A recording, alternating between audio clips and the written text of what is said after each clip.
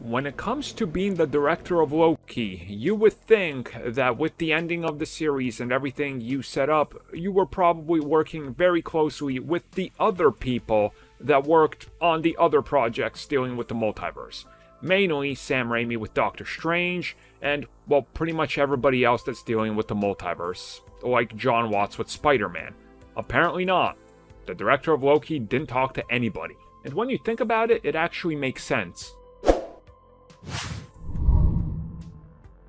So recently, Kay Herron did reveal that when it came to that whole collaborative process, that yes, of course, Marvel Studios make sure that people are working together and things are going in the same direction and everything, but she did not, in fact, have time or really get to work with the other people that are working on the other multiverse projects. Specifically talking about Sam Raimi, John Watts, and everything else that's going on. Instead, Kevin Feige was there, but directors like Peyton Reed, for example, who's going to be using Jonathan Majors as Kang the Conqueror, there was nothing there.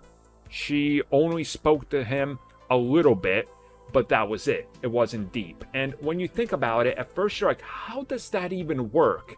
Because they say the opposite. But then you just have to realize that it's the writers, like Michael Waldron, for example, who did a lot more. Because he wrote Doctor Strange and Loki. And this brings us back to that argument that somebody had before Loki about how the Marvel Studios model will fail starting with Loki because they have showrunners and writers and directors that aren't all part of the same conversation.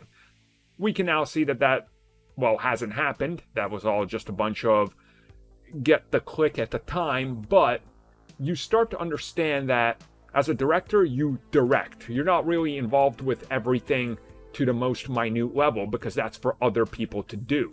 And when you look at it, Loki is really the start of everything. So everybody had to follow the multiverse ripping apart and being sort of, pushed forward by Kang and everything that happens at the end.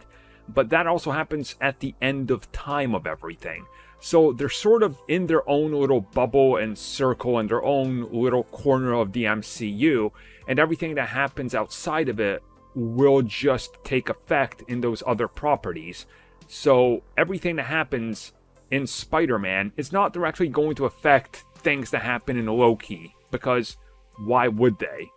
Again, the things they're dealing with are on a more cosmic, grandiose scale, where the entire multiverse is sort of the bigger picture, where Spider-Man is dealing with spider people and villains, and then you have Doctor Strange, Multiverse of Madness, where he obviously has his own problems, but they tie into the multiverse. So this kind of makes sense when you just take a step back and look at the bigger picture that they're going for.